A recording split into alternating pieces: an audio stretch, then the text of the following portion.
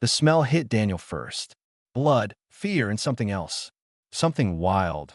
He had been checking cargo manifests in Bay 17 when he noticed the container. It was marked for emergency jettison, which meant someone wanted it gone fast. No questions asked. That kind of marking usually meant dangerous cargo that had gone wrong.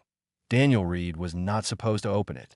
He was just a cargo handler on Relay Station Orion 7, a busy trading hub where dozens of alien species came to do business. His job was to move boxes, not ask questions, but the sound stopped him. A low, broken whine coming from inside the metal container. Something was alive in there. Something was suffering. He looked around. The bay was empty. His fingers found the release lock. The door hissed open, and Daniel stopped breathing. Inside the container was a Vaulderon. Every spacer knew what a Vaulderon was. They were the galaxy's most feared predators. 6 legs, each ending in claws that could tear through ship hulls. Obsidian black fur that seemed to drink in light. Fangs filled with venom that killed in seconds. They were monsters from old war stories, biological weapons that the hegemony had created and then tried to destroy when they became too dangerous to control. This one was chained to the floor. A metal muzzle covered her jaws. Deep wounds covered her body, some fresh, some infected. She was huge, easily twice Daniel's size, but she lay on her side like a broken thing. And she was pregnant. Her belly was swollen with pups. Daniel understood immediately. The frail traders who owned this cargo must have been transporting her for the black market. Vaulderon were nearly extinct. A breeding female would be worth a fortune. But something had gone wrong. She had fought back. She had probably killed someone that they abandoned her. Left her to die in a metal box. The Vaulderon's eyes opened. They were gold, ancient, and full of pain.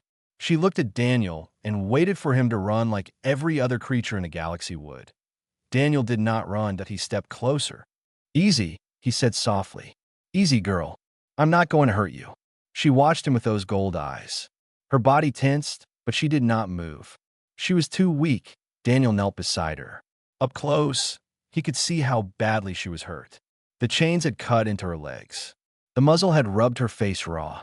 She had been starving for days, maybe weeks. "What did they do to you?" he whispered, the container door behind him filled with shadows. Station security had arrived. For officers in armor, weapons raised. "Step away from the creature," the lead officer ordered. "That thing is scheduled for termination." Daniel did not move. "She is injured. She needs medical help. She killed 2 frail handlers. She is classified as a lethal threat. Station protocol requires immediate destruction." Daniel looked at the Vaulderon, at her swollen belly, at the pups that would never be born if he walked away. Back on Earth, before he joined the Trade Corps, Daniel had worked with wolves. Real wolves in Montana. He had seen how they were hated and feared. He had seen how people wanted to kill them just for existing. And he had seen what happened when humans finally learned to understand them instead. "I invoke the Sanctuary Clause," Daniel said. The officers looked at each other. The Sanctuary Clause was an old Earth law written into the first galactic treaties. It allowed humans to claim responsibility for dangerous fauna. It was almost never used. "You cannot be serious," the lead officer said. "I am taking responsibility for her. Under Earth law, she is now under my protection. Human, that thing will kill you the moment it gets free." Daniel looked at the Vaulderon. She was watching him with something new in her eyes. Not hope. Vaulderon did not hope, but something close to confusion. "Then that is my problem," Daniel said. "Not yours." An hour later, Commissioner Yoss stood in Daniel's temporary quarters, his blue face tight with anger. The tall Morellian administrator was not happy. "You have 72 hours, Yoss said coldly. "If that creature shows any sign of aggression, any sign at all, I will have it destroyed, and you will be sent back to Earth in chains. Do you understand?" "I understand," Daniel said. After Yoss left, Daniel returned to the abandoned storage module where he had moved the Vaulderon. She lay in the corner, still muzzled, still chained. Her golden eyes tracked his every movement. Daniel sat down across from her. He did not try to touch her. He just sat there, letting her get used to his presence. "I know you do not trust me," he said quietly. "I know your whole life, everything with 2 legs has tried to hurt you. But I'm not going to do that. I'm going to help you, even if you do not believe me yet. The Valdrin made a sound. Low, mournful, ancient. Daniel recognized it from the old records. It was the Valdrin death song, the sound they made when they accepted the end. She had given up? Daniel leaned forward. No, he said firmly. You do not get to give up. Not while I am here. You hear me? You're going to live. Your pups are going to live. I promise you that. The Valdrin fell silent. Her gold eyes stayed locked on his face. She did not believe him. But for the first time in her life, something with two legs was not running away from her, and she did not know what to do with that. 40 hours without sleep. Daniel had stopped counting after that.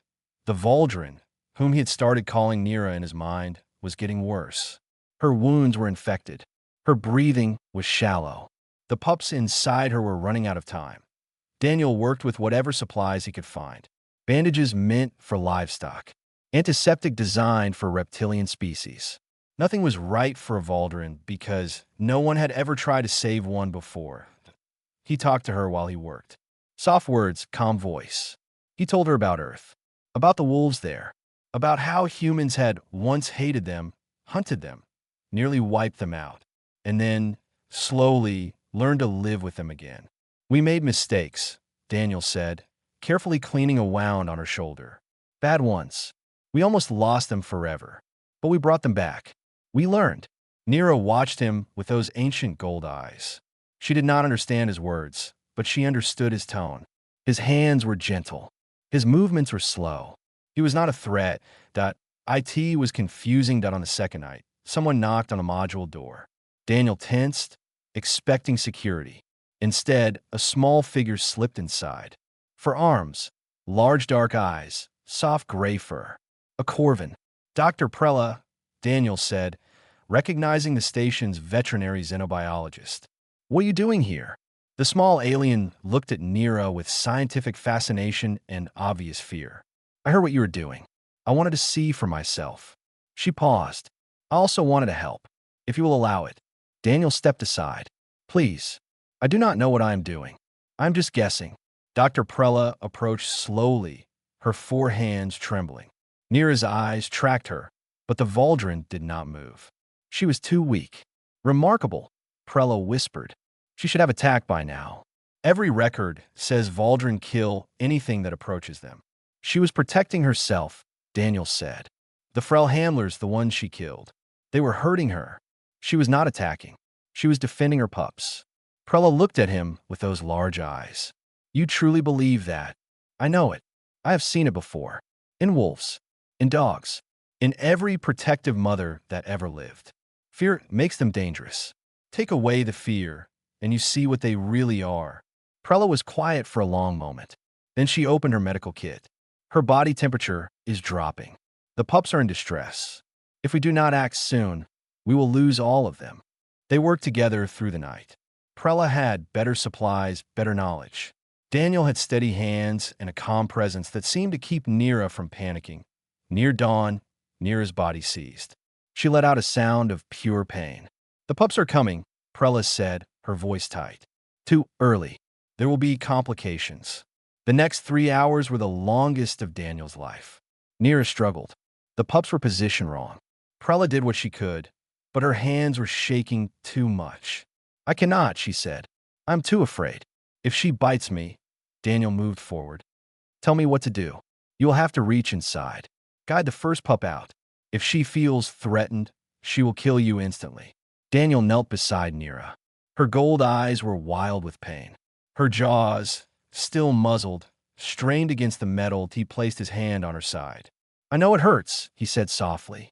I know you were scared, but I need you to trust me, just for a little while. Can you do that? Nira's breathing slowed. Just slightly. Just enough. Daniel reached in. The first pup came out still and silent. Then the second. Then the third. All three were not breathing. Prella made a sound of despair. They are gone. Daniel picked up the first pup. It was small, wet, limp. He cleared its airway with his finger. He tilted its head back. He put his mouth over its tiny muzzle and breathed. 1 breath. 2. 3. The pup coughed. Its tiny legs kicked. It let out a thin, high cry. Daniel was already reaching for the second one. Prella watched in stunned silence as Daniel brought all three pups back. Mouth to mouth, human breath filling Valdrin lungs. A technique no xenobiologist would ever recommend. A technique that should not have worked, but it did. 5 pups. All alive, all crying, all crawling toward their mother. Daniel sat back, exhausted, covered in blood and birth fluid. His hands were shaking. His whole body was shaking. Nira raised her head. She looked at her pups, wriggling against her belly. She looked at Daniel. And then she did something that Prella would spend years trying to explain in scientific papers. She pressed her nose against Daniel's hand. Gently, deliberately. The same gesture Valdrin used with their own pack members. Impossible, Prella breted. Valdrin do not bond with other species. They do not bond with anything outside their own kind. Daniel stroked Nira's head softly. Maybe no one ever gave them a reason to. Nira closed her eyes. For the first time since Daniel had found her, she slept peacefully. Her pups nursed beside her. Her breathing was calm. She was still dangerous. She was still a predator. But something had changed in those gold eyes. She had seen something she had never seen before, that a creature that was not pack, but protected her anyway, and she did not know what to call it. But she knew she would never forget it.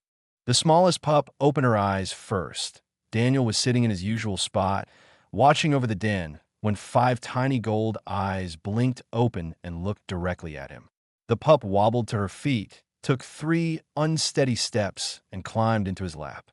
"Hey there," Daniel whispered, stroking her soft black fur. "Welcome to the world, little one." Nira raised her head. Daniel froze, waiting for her reaction. A mother Valdrin, seeing her pup approach a stranger, should have triggered an attack. Every instinct, every record, every warning said so. Nira watched for a moment. Then she lowered her head and went back to sleep. That'd be why the end of the week, all 5 pups had imprinted on Daniel. They followed him everywhere inside the module. They slept in a pile around his feet. They played with his bootlaces and chewed on his fingers with tiny teeth that would one day be able to crush bone. Doctor Prella visited every day now, taking notes, running scans, documenting everything. "This should not be possible," she said for the 100th time. "Valdrin imprinting occurs only with their birth pack. They should see you as prey, not family." "Maybe they do not know they are supposed to hate me," Daniel said, gently pulling a pup off his shoulder. "They have never been taught to." Word spread across the station. At first, it was just rumors. Then curiosity. Then fear. Daniel started getting messages. Some were supportive, mostly from other humans. Most were angry. Valdrin were monsters. Valdrin were weapons. Daniel was insane for keeping them alive. Commissioner Yas called him in for a meeting. "The Frel delegation has arrived," Yas said. His blue face was tight with stress. "They're demanding their property back." Daniel felt cold. Property? The Valdrin and her offspring. They claim legal ownership. They want them returned immediately. They abandoned her to die. They left her chained in a box. That does not matter under galactic trade law. They have ownership documents. Yas paused. They also mentioned that Valdrin are worth substantial money on certain markets. Illegal markets. Daniel understood. The Frel wanted to sell Nira and her pups to the highest bidder. Fighting rings. Private collections. Weapons dealers who wanted to restart the old hegemony programs. "No," Daniel said. Yas sighed. "Human, I'm trying to help you. If you hand them over peacefully, this all goes away. You keep your job. You go back to your life. And Nira dies. The pups die. Or worse. They are animals. Dangerous animals. Why do you care so much?" Daniel thought about how to answer. He thought about the wolves back home. About the long fight to protect them. About all the people who said they were just animals, just predators, not worth saving. "Because someone has to," Daniel said finally. "Because if no one stands up for them, who will?" That night, Daniel was awake when a module door opened. 3 figures slipped inside. Frel mercenaries. Big, armored, armed with stun batons. They moved quietly, professionally. They did not expect resistance from one human cargo handler. They did not see Nira rise from the shadows behind Daniel. The lead mercenary pointed his baton at Daniel. "Step aside, human. We are here for the cargo. Do not make this difficult." Daniel did not move. You should leave. The mercenary laughed. Or what? You will fight us? 3 of us, one of you. Not one, Daniel said quietly. The mercenaries heard the growl first. Low, deep, rumbling. Then they saw the eyes. 6 pairs of bioluminescent gold, glowing in the darkness. Nira stepped forward. She was fully healed now, strong and massive. Her black fur seemed to absorb the light. Her fangs, no longer muzzled, gleamed with venom. Behind her, the 5 pups arranged themselves in a line. They were still young, still small, but they were Valdrin, and they were protecting their pack. The lead mercenary's face went pale. That is, she should not. She is not attacking, Daniel said. Not yet. She is giving you a choice. Leave now, and you live. Stay, and she protects her family. The mercenaries ran. One of them was not fast enough. Nira's claws caught his leg as he fled, tearing through armor like paper. He screamed and limped after his companions.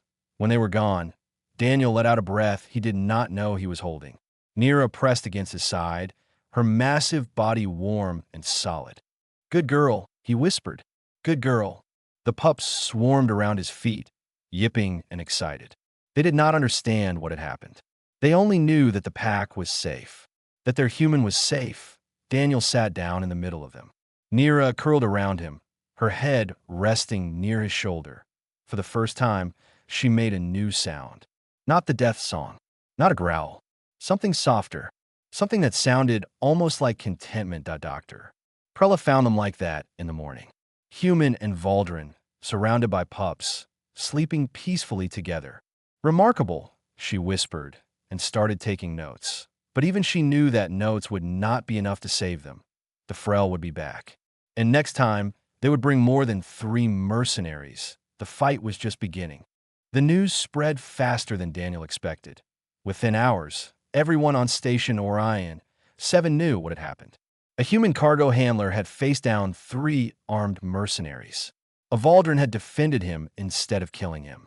The impossible had become real. Commissioner Yoss summoned Daniel again. This time, there were others in the room. The Frel trade delegation, led by a scarred merchant named Bev. 2 hegemony representatives in dark uniforms. A dozen station officials who looked terrified. This human attacked our employees, Bev said, pointing at Daniel. He harbors stolen property. He must be punished, and our cargo must be returned. I attacked no one, Daniel said calmly. Your mercenaries broke into my quarters in the middle of the night. The Valdrin defended her territory. That is her right under the Sanctuary Clause. Bev's scales flushed with anger. That clause was never meant to protect weapons. She is not a weapon. She is a mother protecting her children. One of the hegemony officers stepped forward. He was tall, thin, with cold eyes that had seen terrible things. Human, you do not understand what you are dealing with. Valdrin were created by the hegemony as biological instruments of war. They were designed to kill without mercy. When they became unstable, we ordered their extermination. There are standing kill orders on every surviving member of the species. Daniel felt sick. Unstable. They developed independent thought. They began refusing orders. Some turned on their handlers. The officer's voice was flat, without emotion. They became too dangerous to control. So we eliminated them. You mean you committed genocide? Daniel said quietly. The room went silent. You created them, Daniel continued. You made them into weapons. And when they started thinking for themselves, when they stopped being your tools, you try to kill them all. That does not make them monsters. That makes you murderers. Bev slammed his fist on the table. Enough. Commissioner, I demand this human be arrested immediately. Yoss looked tired, caught between forces he could not control. The Frel have legal ownership claims. The hegemony has extinction protocols. I cannot protect you from both, human. Daniel stood straight. Then I will protect myself. That evening, Daniel did something he had never done before. He recorded a message and broadcast it across the station's public channels. And beyond, he told the truth. He told them about finding Nira, chained and dying. About the pups he had saved with his own breath. About the mercenaries who came in the night. about the hegemony's genocide and the Frel's greed that he showed them recordings. Nira playing with her pups. The pups sleeping in Daniel's lap. A Valdrin, the galaxy's most feared predator, pressing her nose against a human's hand in trust. They told us Valdrin are monsters, Daniel said into the camera. They told us they cannot be saved. But look at them. Look at what they are when someone actually gives them a chance. They are not weapons. They are not monsters. They are survivors, just like all of us. The message reached beyond the station. It hit relay nodes and spread across trade routes. It found its way to human ships, human colonies, human ears. Doctor Prella came to Daniel's module that night. Her 4 hands were full of data pads. I have finished my research, she said. The pups are developing differently than wild Valdrin. Their aggression levels are lower. Their social bonding is stronger. They are learning cooperation, communication, trust. Things that Valdrin have never shown before. What does that mean? Daniel asked. It means you were right. Valdrin are not born monsters. They are made into monsters by how they are treated. With care, with patience, with kindness. She paused. They can be something else entirely. Daniel looked at Nira, surrounded by her sleeping pups. Can you prove it? To the council, I can try. But the hegemony will not accept it. They have too much to lose. If Valdrin can be rehabilitated, it means their genocide was unnecessary. It means they murdered an entire species for nothing. Before Daniel could respond, his communicator buzzed.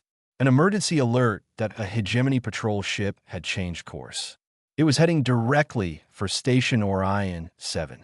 Estimated arrival, 6 hours. They are coming for her, Daniel said. Prella nodded, her dark eyes wide with fear. They will not negotiate. They will not listen. They will board this station and kill everything in this module, including you. Daniel knelt beside Nira. She raised her head, sensing his distress. Her gold eyes met his. I will not let them take you, he said. I promise. Whatever it takes. Nira made that soft sound again, the one that was almost like contentment, the one that said, in whatever way Valdrin could say it, I trust you. Daniel stood. He had 6 hours. 6 hours to find a way to save 6 lives against an empire that wanted them dead. He had no weapons, no fleet, no army. But he had something else. He had a message spreading across the stars, and he had hoped that somewhere out there, someone was listening. The hegemony ship was bigger than Daniel expected. It hung in space outside the station, dark and angular, bristling with weapons. The kind of ship designed to end arguments quickly. The kind of ship that had hunted Valdrin across the galaxy until there were almost none left. Commissioner Yas contacted Daniel directly. They're demanding surrender. The Valdrin must be handed over within 6 hours, or they will board by force. I cannot stop them. Then do not stop them, Daniel said. I will handle it. Human, you cannot fight a warship. I'm not planning to fight. I am planning to wait. Yas did not understand. But Daniel did. His message had gone out 12 hours ago. It had traveled through relay stations, cargo ships, trading posts. It had reached human ears across this sector of space. And humans, Daniel knew, did not ignore cries for help. The first ship arrived 4 hours into the deadline. That IT was a cargo hauler, old and battered, marked with Earth Trade Corps colors. It dropped out of hyperspace and immediately positioned itself between the station and the hegemony vessel. Then another arrived, and another, and another. By the 5th hour, there were 15 human ships. By the 6th hour, there were 42 cargo ships, freighters, mining vessels, transport shuttles. Nothing military, nothing designed for combat. Just working ships crewed by working people who had heard Daniel's message and decided to show up. The hegemony commander contacted the station. His face appeared on every screen, cold and furious. What is the meaning of this? These vessels are obstructing official hegemony operations. A new face appeared on the screen. A woman with gray-streaked hair and tired eyes. Her ship, the Wanderer, was the largest of the human vessels. Her name was Rosa Mendez, and she had been hauling cargo across the stars for 30 years. No obstruction here, Rosa said calmly. Just a welcoming committee. You have no authority here. Move your ships or face consequences. Rosa smiled. It was not a friendly smile. We heard one of ours needed help. So we came. One human? You risked your ships, your crews, for one human and some animals. That is what we do, Rosa said. We show up, even when it is stupid, even when it is dangerous, even when everyone tells us not to bother. The hegemony commander stared at the screen. You are cargo haulers. You're not soldiers. What do you think you can do against a warship? Rosa leaned forward. Commander, let me tell you something about humans. We are not fast. We are not strong. We do not have claws or venom or armored skin. But we have something else. We do not abandon our own. Ever. That man in there, he found something broken and helpless, and he chose to protect it. That makes him family. And you are not touching our family. Across the human fleet, weapons powered up. Not military weapons. Mining lasers. Industrial cutters. Towing harpoons. Tools turned into defenses by desperate hands. You will all die, the commander said. Maybe, Rosa admitted. But we will take you with us. And every human in the galaxy will know what you did here. And they will come for you. Not today. Not tomorrow. But eventually. Because that is what we do. We remember. And we do not forgive. The standoff lasted 3 more hours. Daniel watched from his module, Nira pressed against his side, the pups sleeping in a pile at his feet. He watched the screens, showing the human ships holding their line. 42 vessels against 1 warship. It should have been suicide, but the hegemony did not fire, because they knew Rosa was right. Humans were not powerful, but they were stubborn. They were everywhere, and they never forgot. Killing 42 ships would start something that could not be stopped. A war not of weapons, but of will. A war the hegemony could not win. When a message came from the Galactic Council ordering the hegemony to stand down pending review, Daniel finally let himself breathe. Rosa contacted him directly. Her tired face filled his screen. You okay in there, kid? Daniel laughed. He was not a kid.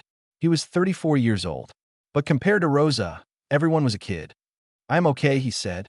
Thank you. I do not know what to say. You do not have to say anything. You did the hard part. You stood alone when no one else would. She paused. We just reminded them that you are not alone anymore. Behind Daniel, Nira raised her head. She looked at the screen, at the face of the human who had brought help. She did not understand the words, but she understood the tone. Nira made a sound. Not a growl. Not the death song. Something new. Something that echoed through the module, through the station, through the comm channels. A howl. Long and clear and strong. The first Valdrin howl in decades that was not about death. It was about pack. It was about family. It was about hope. And somewhere across the stars, in the hearts of 42 human crews, the sound found a home. 1 month later, Daniel stepped on a new ground. The planet was called Haven. It was a frontier world, mostly empty, with rolling grasslands and thick forests and clean rivers that had never known pollution. The Galactic Council had granted it as a sanctuary for the Valdrin Rehabilitation Program. The first of its kind in history. Nira walked beside Daniel, her massive body brushing against his hip. Pack position. The spot reserved for trusted family. She had never walked beside any creature that way before him. Behind them, 5 young Valdrin bounded through the tall grass. They were bigger now, almost adult-sized, their black fur gleaming in the sunlight. They chased each other, pounced on shadows, and occasionally tackled Daniel to the ground with happy growls. The doctor. Prella watched from the research station, taking notes as always. Their development continues to exceed expectations, she called out. Social bonding at unprecedented levels. Aggression response is minimal. They are learning pack cooperation faster than any Valdrin on record. Daniel smiled. They had a good teacher. He meant Nira, but Prella knew he was also talking about himself. The past month had been a blur of hearings, negotiations, and politics. The hegemony had been forced to answer for their genocide. Old records had been unsealed, showing the truth of what they had done. The Valdrin had not been monsters. They had been slaves who finally said no. And they had been punished for it with extinction. The galaxy was not ready to forgive the hegemony. But it was ready, slowly, to give the Valdrin a second chance. Commissioner Yas had visited before Daniel left the station. The tall Morellian had looked uncomfortable, the way he always did when admitting he was wrong. I did not understand, Yasit said, why you risked everything for them. Why it mattered so much. Daniel had thought about it for a while before answering. On Earth, we almost destroyed our own planet. We hunted species to extinction. We poisoned our air and water. We were so focused on what we wanted that we forgot what we needed. What do you need? Each other. All of us. The wolves, the whales, the birds, the trees. Everything is connected. When you destroy one piece, you weaken the whole. We learned that the hard way. Daniel had paused.